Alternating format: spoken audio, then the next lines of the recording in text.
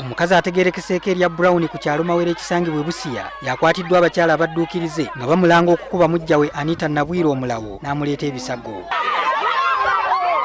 Abakyala bano bawazeewaze Brown abatwale gy'atadde omulawo gwakubisizza mujja we gwe bagamba nti abadde agukwese. Brown annyonnyodde bwe byazze kyokka nga yeebalamu okuwa obujulizi obunaamulumika.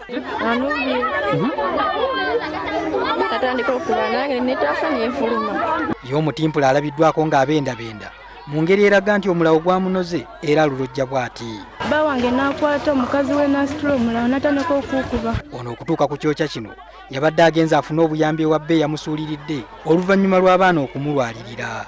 Yavuddewo n'alekera abaana nga balwadde kati ebintu byange byonna asitula n'abireeta eno y'omukazi kati ze mbadde zize okutwala ebintu byange.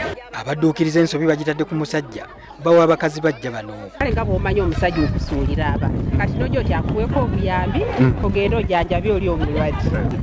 Kati lwaki yakiriza ono n'akuba munne ate ono aze kusaba obuyambi bwa famire ye?